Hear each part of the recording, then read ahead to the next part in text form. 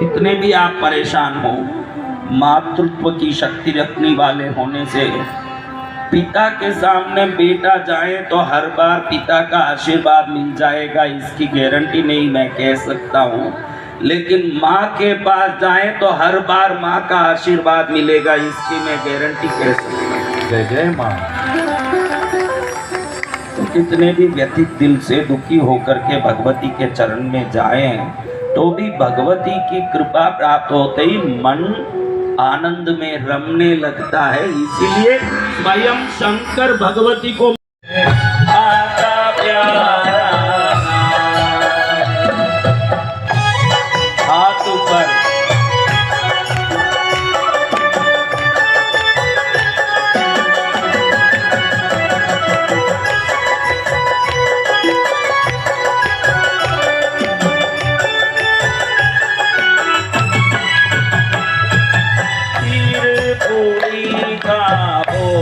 चढ़ाऊं तेरे पूरे का भोग चढ़ाऊं, थाल भर के तुझको जिमाऊं, थाल भर के तुझको जिमाऊं।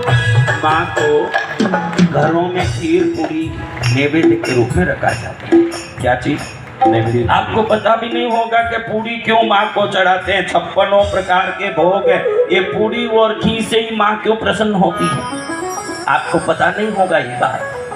जब कच्चे आटे को आप पूरी बना के तेल में डालते हो, डालते ही वो पूरी क्या करता, कोई समझदार हो तो बताओ कि कच्चे आटे की वो पूरी अगर अंदर डाल के हो तो डालते ही पहले डूबता है। क्या होता है? डूबता है। तेल के अंदर चले जाता है कि ऊपर रहता है? अंदर चले जाता है। लेकिन जब सिक जाता है तो फूल भी जाता है ना, ऊपर भी आ जाता है। जो जड़ रूपी जीवन जिसमें ज्ञान रूपी संस्कार नहीं हो वो डूबा रहता है। जब माँ रूपी तेल में जाके पड़ता है तो वो फूलता भी है ना, ऊपर भी आता है। इसलिए ये पूरी चढ़ाना, ये फूलता भी है ना, ऊपर आ जाता है। जब तक वो कहाँ रहता है?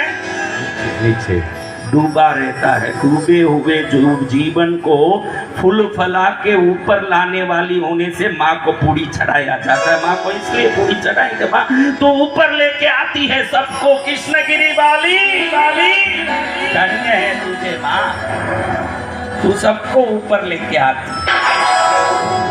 खीर क्यों चढ़ाना? खीर क्यों चढ़ाना?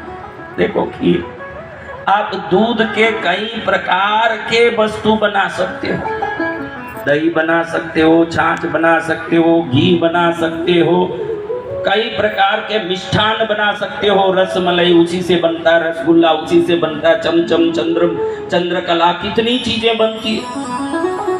लेकिन जब आप खीर बना दोगे उसके बाद उस रूप को बदल नहीं सकते।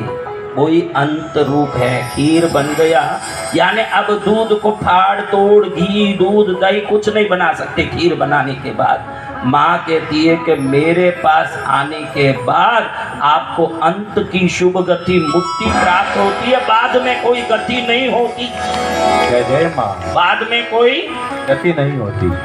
तो जो परम गति देने वाली होने से उसको खीर और पूरी चढ़ाया जाता है। इस पदार्थों में भी विज्ञान छुपा है। देखो सनातन धर्म का गौरव कितना बड़ा है। हम कोई चीज चढ़ाते हैं तो उसमें भी अर्थ छुपा है सनातन धर्म में कि इस देवता को ये चढ़ाओगे, यही पदार्थ। देखो मंदिरों में जाओ कहीं भी नारियल और केला ही चढ़ाया जाता है। मंदिर में हर मंदिर में भगवती को भगवान को नारियल और केला ही चढ़ाया जाता है। कभी पता किया कि ये क्यों?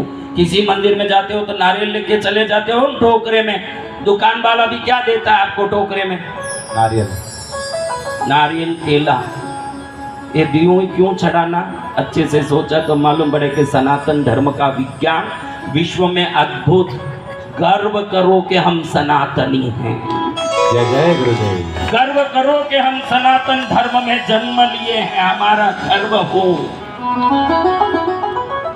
महाराज देखो कई बार कौवे कोई ना कोई चीज खा के उस बीज को विष्ठा में छोड़ते हैं तो भी पौधे पेड़ उग के आ जाते हैं कि नहीं? जी भगवान। कौवे के विष्ठा से कई बार निकलते हैं। आप लोग पपैया वगैरह खा के बीज थूकते हो, उससे भी पपैया का झाड़ उग जाता है कि नहीं? जी भगवान। ये सब झूठा है क्या? शुद्ध है। आम भी खा के किसी ने गुठली फेंका, अब वो गुठली अपने आप कोई पौधा बन के उग सकता है कि नहीं? तो उस पेड़ से निकले हुए आम भगवान को चढ़ाओगे तो वो क्या चीज है?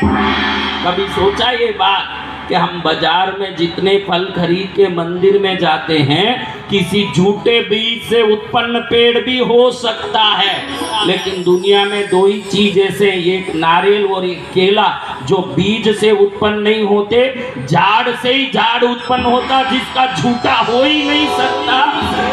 जय जय गुरुदेव। केले के झाड़ से ही केला आएगा, पहला झाड़ कटेगा, दूसरा झाड़ पास में अपने आप आ जाएगा। नारियल के झाड़ से ही नारियल आएगा कि कोई झूठे बीज से नारियल आएगा?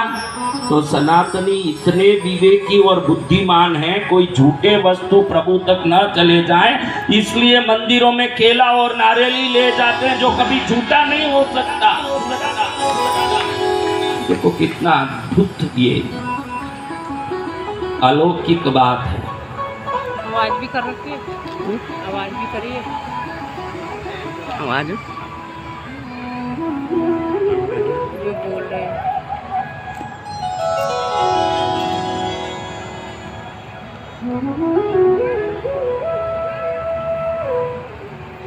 तो महाराज ऐसी अद्भुत अलौकिक